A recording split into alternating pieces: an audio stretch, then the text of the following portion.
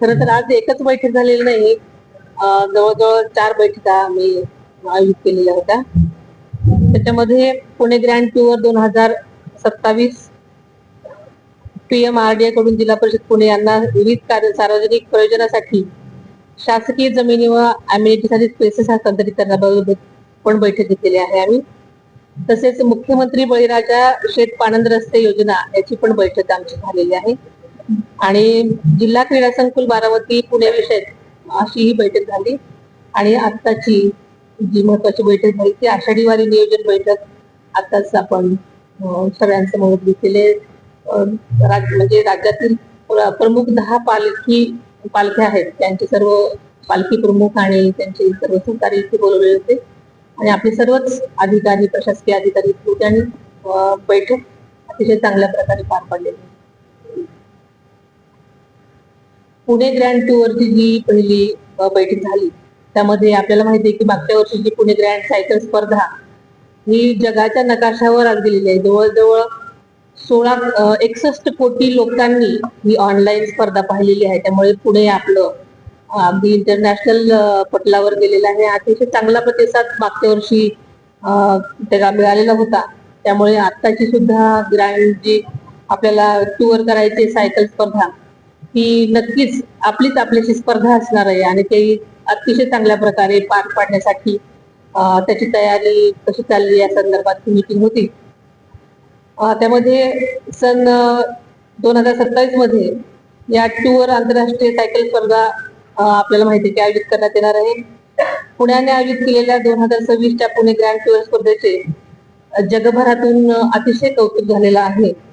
आणि या स्पर्धेची आपल्याला सगळ्यांनाच माहिती आहे की संकल्पना आणि त्यामागील दूरदृष्टी आणि हा उपक्रम यशस्वी करणारे आदरणीय अजितदादा यांचे हे स्वप्न होतं आणि या क्षणी त्यांचे स्मरण होणं साहजिकच आहे.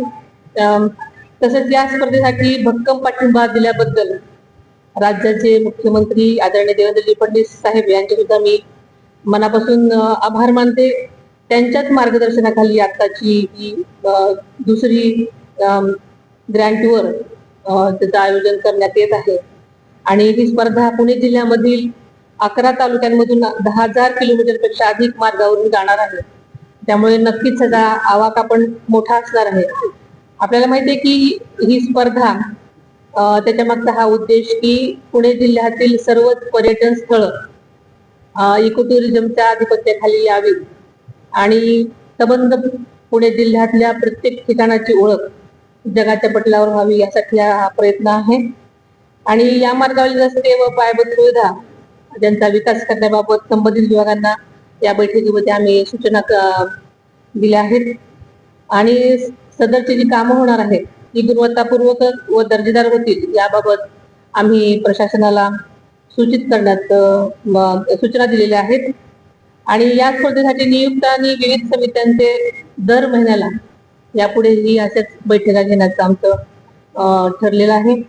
या स्पर्धेच्या निमित्ताने पुणे जिल्ह्याचे पर्यटन, सांस्कृतिक व ऐतिहासिक वारशाचं जागतिक पातळीवर ब्रँडिंग करण्यात येणार आहे.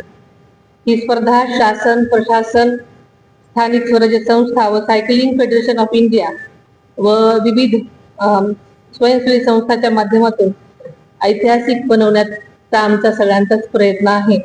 आणि यासाठी कोणताही निधी कमी शासनातर्फे पडू देणार नाही याची आदरणीय मुख्यमंत्री आणि आम्ही सगळेच काळजी घेणार आहोत. तसेच PMRDA मधील शासकीय जमीन हस्तांतरणाच्या ज्या बैठक झाली आहे त्यामध्ये PMRDA चे कार्यक्षेत्र पुणे जिल्ह्यामधील 4 तालुके वगळता संपूर्ण जिल्हाभर आहे. शासनाच्या आदेशानुसार गावामधील शासकीय व गायरान जमिनी PMRDA कडे हस्तांतरित करण्यात आल्या आहेत. जिल्हा परिषदेने काही गावामधील सार्वजनिक स्वरूपाच्या प्रकल्पासाठी घनकचरा व्यवस्थापन, सांडपाणी व्यवस्थापन, शाळा, दवाखाने ज्या की आवश्यक गोष्टी आहेत त्यासाठी क्रीडांगणे, घरकुल योजना इत्यादीसाठी शासकीय जमिनीची मागणी केलेली आहे. त्यासाठी PMRDA आयुक्त, जिल्हाधिकारी व जिल्हा परिषदेचे सर्वच CO यांनी एकत्रित येऊन समन्वय साधून सार्वजनिक प्रयोजनासाठी आवश्यक जमिनीचा प्रश्न तातडीने सोडवण्यासाठी आम्ही यामध्ये निर्देश दिलेले आहेत. तसेच आता तिसरी मीटिंग म्हणजे मुख्यमंत्री बळीराजा शेतपाणंद रस्ते योजनामध्ये मुख्यमंत्री बळीराजा शेतपाणंद रस्त्याची या योजनेमध्ये शेतकऱ्यांच्या जीवनामध्ये आमूलाग्र बदल घडवणारी ही तर खरी योजना आहे. पाणंद रस्ते हा शेतकऱ्यांच्या जिव्हाळ्याचा विषय आहे. त्यामुळे जिल्ह्यात या योजनांची प्रभावीपणे अंमलबजावणी करण्यासाठीच्या सूचना आम्ही प्रशासनाला दिलेल्या आहेत.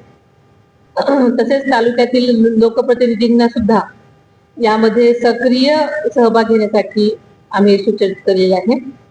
पाणंद रस्त्याविषयीच्या तक्रारी, वादविवाद स्थानिक पातळीवर लोकप्रतिनिधींच्या समन्वयातून आणि समपचारातून व कायदेशीररित्या सोडून जास्तीत जास्त पाणंद रस्ते बनवण्यासाठी आम्ही सूचना दिलेल्या आहेत. माझी माननीय मुख्यमंत्री महोदय व महसूल मंत्री यांची चर्चा झाली असून या योजनेच्या अंमलबजावणीसाठी निधी कमी पडू दिला जाणार आहे असेही सूचित केले आहे. 1 किलोमीटरसाठी सुमारे 11 ते 15 लाख रुपये खर्च अपेक्षित आहे.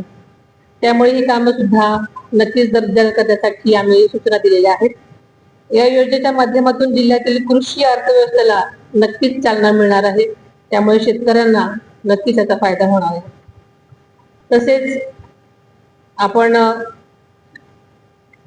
क्रीडा मंत्रालयातर्फे ते भाई नेरुरकर चषक खो खो स्पर्धांचं आयोजन करणार आहोत.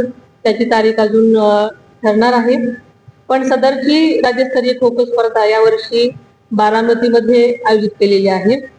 या स्पर्धेसाठी सुमारे 500 खेळाडू संबंध भारतामधून येणार आहेत. येत्या काळातील पर्जन्यमान राष्ट्रीय आंतरराष्ट्रीय स्पर्धा व पालखी सोहळा या बाबी विचारात घेऊन या चर्चेचे वेळापत्रक निश्चित करण्याबाबत आम्ही क्रीडा विभागास सूचना दिलेल्या आहेत. या देशी खेळाला प्रोत्साहन देण्यासाठी अत्यंत उत्कृष्टरित्या या स्पर्धेचे आयोजन करण्यासाठी आम्ही सगळेजण प्रयत्नशील आहोत. तसेच बारामतीमध्ये जिल्हा क्रीडा संकुल समिती पुणे यासाठी सुद्धा आम्ही जे बारामतीमध्ये होणार आहे यासाठी सुद्धा आम्ही काही बैठकीमध्ये मुद्दे घेतलेले आहेत. जिल्हा क्रीडा संकुल बारामती, कटकोळ, येरवडा याबाबत सविस्तर चर्चा आम्ही इथे केलेली आहे. क्रीडा संकुलामधील उपलब्ध क्रीडा सुविधा व क्रीडा साहित्य याचा संपूर्णपणे आढावा घेण्यात आला.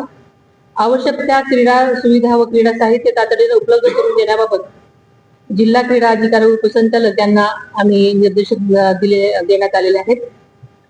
तसेच बारामती मधील कटफळ येथील नवीन क्रीडा संकुलामधील प्रस्तावित इमारतीचं सादरीकरण, आराखडे निश्चिती, वेगवेगळ्या क्रीडा सुविधा याबाबत सविस्तर चर्चा झाली. आदरणीय दादांना अपेक्षित असल्याप्रमाणे सर्व कामे दर्जेदार व गुणवत्तापूर्ण करण्याची सूचना आम्ही प्रशासनाला दिलेल्या आहेत. भविष्यात क्रीडा संकुलाच्या देखभाल दुरुस्तीसाठी सुद्धा आर्थिक स्रोत उभा करण्याच्या सूचना आम्ही क्रीडा विभागास दिलेल्या आहेत. आपल्याला माहिती आहे की लवकरच आषाढी वारी सुरू होणार आहे आणि त्याच्यासाठी मोठ्या नियोजनाची आवश्यकता असते. त्यासाठी आजची नियोजनाची बैठक घेतलेली होती. आजच्या या नियोजन आढावा बैठकीमध्ये पालखी सोहळा विश्वस्त विठ्ठल रुक्मिणी मंदिर समिती अध्यक्ष पुणे, सातारा, सोलापूर या तिन्ही जिल्ह्यातील सर्व वरिष्ठ प्रशासकीय अधिकारी, लोकप्रतिनिधी संबंध तिन्ही जिल्ह्यातील लोक उपस्थित होते. या बैठकीत सर्व विषयावरती सविस्तर चर्चा झाली. पालखी सोहळ्यासाठी उपस्थित राहणाऱ्या वारकऱ्याला पांडुरंगाच्या भेटीला जाताना सर्वोत्तम सुविधा देण्यात याव्यात यासाठी सूचना देण्यात आलेल्या आहेत.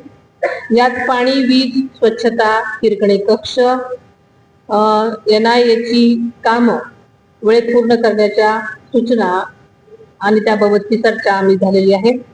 पालखी तळावरील सर्व प्रकारच्या सुविधा पुरवणे, जलरोधक मंडप म्हणजे जर्मन हँगर, पाणी पुरवठा यासाठी आवश्यकतेनुसार टँकरची व्यवस्था, आरोग्य व्यवस्था, वैद्यकीय सुविधा, आरोग्य मनुष्यबळ, मेडिसिन किट, आपत्ती व्यवस्थापन, NDRF व SDRF चे पथक, कायदा व सुव्यवस्था, यात सुरक्षा उपाय व वाहतूक व्यवस्थापन यासाठी पुरेसा पोलीस बंदोबस्त देणं, पुरेसे प्रशासकीय अधिकारी यांची नियुक्ती करणं, तसेच स्वच्छ वारी, निर्मल वारी, हरित वारी होण्यासाठी प्रशासनावर तातडीची चर्चा झाली आणि त्यांना योग्य ते निर्देश देण्यात आलेले आहेत.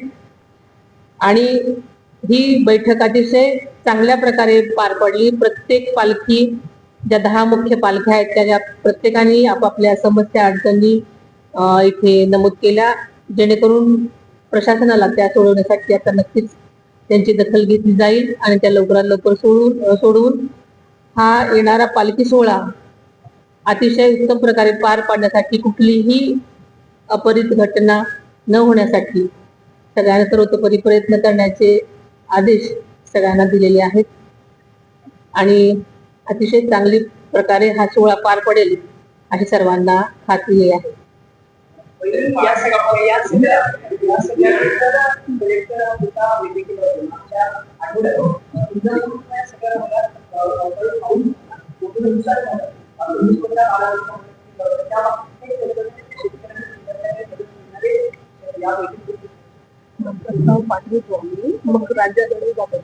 आपल्याला माहितीये की मी अवकाळी पाऊस आल्यानंतर मी स्वतः जाऊन पाहणी केली. सगळ्याच ठिकाणी परीक्षण झालेलं आहे. सर्व अधिकाऱ्यांनी तिथे जाऊन पंचनामे केलेले आहेत आणि जिथे ज्यांचं नुकसान झाले त्यांचे प्रस्ताव शासनातर्फे पाठवण्यात आलेले आहेत आणि नक्कीच प्रशासनाने त्यांना मदतीची दखल घेतली आहे.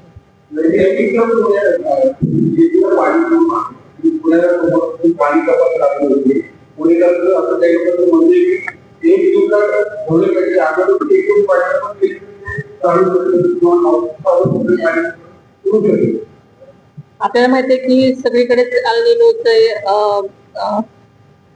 येणारा परिणाम सगळ्यांना माहिती आहे. त्यामुळे आतापासूनच पाण्यासाठी खबरदारी घ्यावी म्हणून ह्या उपाययोजना करण्यात येत आहेत.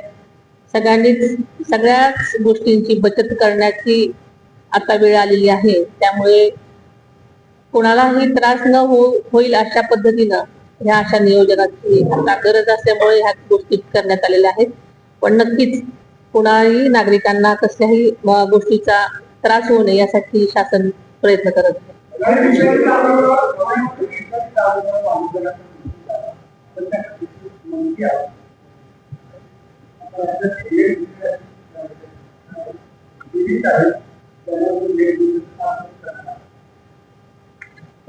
त्या दिवशी सगळे प्रतिनिधी मी पाठवलेले होते, त्यांची दखल घेतलेली आहे. त्यांच्याशी मी फोनवर प्रत्येकाशी बोललेली आहे. प्रत्येकाची जवळजवळ मी प्रत्येकाशी चौकशी करून त्यांच्या अडीअडचणी जाणून घेतलेल्या आहेत. झालेली घटना अतिशय दुर्दैवी होती, हे काही नव्याने सांगायला नको. पण ज्या कुटुंबातील लोक गेली आहेत त्यांच्यासाठी शासनाने सर्वतोपरी दखल घेतलेली आहे.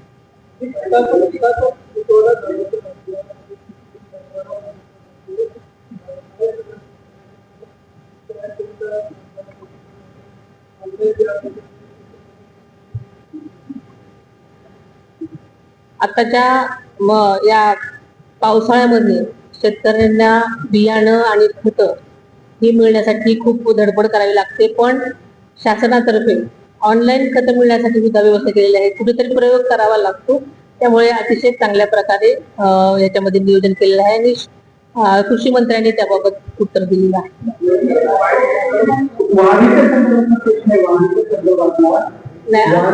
आजची मीटिंग झालेली आहे, त्या संदर्भात उत्तर दिलेली आहे. थँक्यू.